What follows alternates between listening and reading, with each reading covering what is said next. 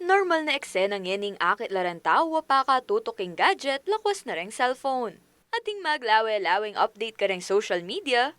Manalbe, ampongatin mo namang mamasa.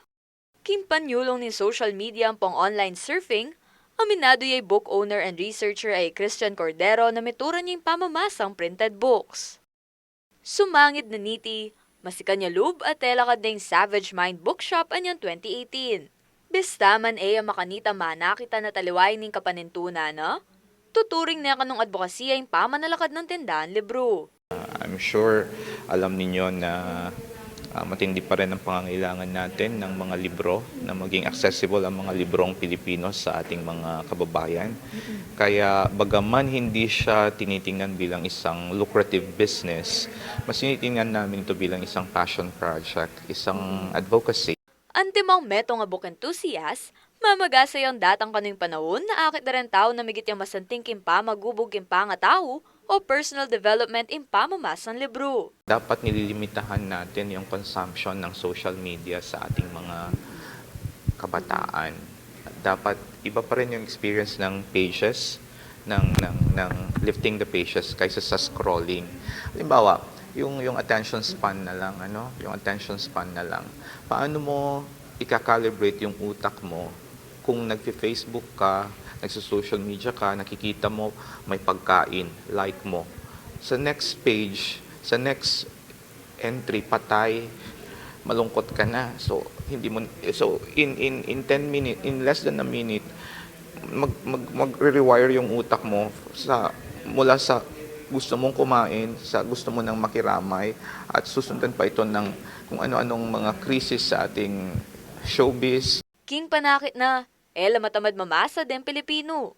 Sadya mo kanong mika impresyon na ranganak at dela de ang gandi na gul impersahan na pamamasan libro, anya alidala enjoy. Tingin ko kasi yung experience natin ng pagbabasa ay traumatic.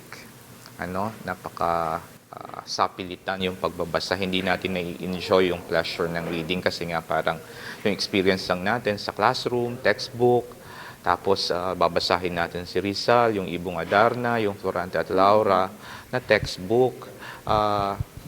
Nandoon kami sa pangangampanya na dapat yung experience ng bata sa pagbabasa hindi maging ganong katroma.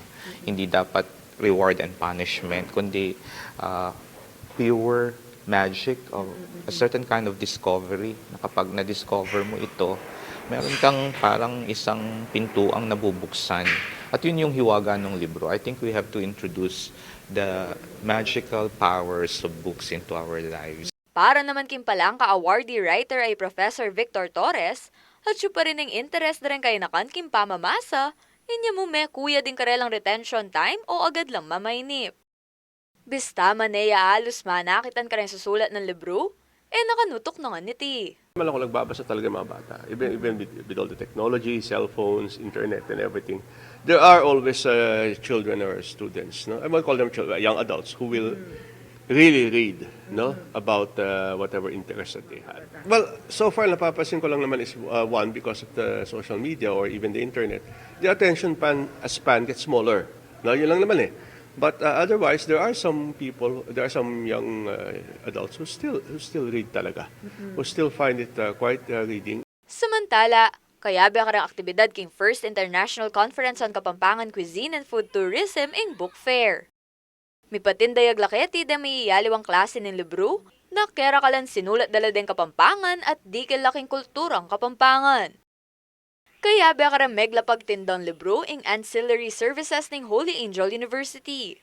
Agpangkeng staff dahi Sheila Sinugba, kaya raklan ka rin masaling libro ni deta namong gagamitan darang anak yung pamag-aral. Gay naman talaga bita sa sasalil. Almost, o ratang estudyante tagin. Ratang sa salon talaga, ratang kailangan ng required dara libro den teacher.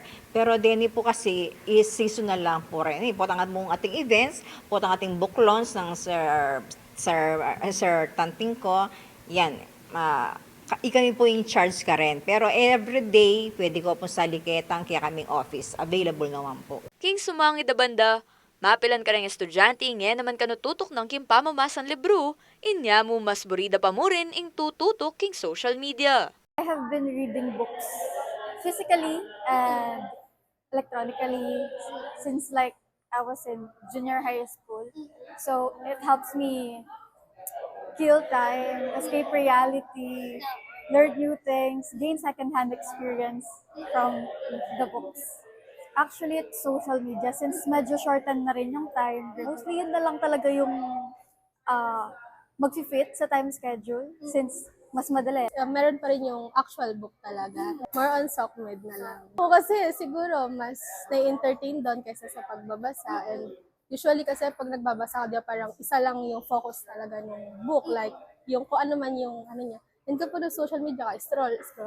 And then, ang dami mong nakikita yung nababasa. Panagkat na naman Professor Torres kayanakan, na eda sana lalakwan ng pamamasan libro, bange masasayang impig pagalandarang writer sa kalupa na. Uling Denny, dadalan lang makabang panahon ng pamanigaral ang pong research. Hindi trabaho lang tamad o hindi gawaing tamad. Ang pagbabasa talaga is something you learn from and it's something pleasurable to feel, no?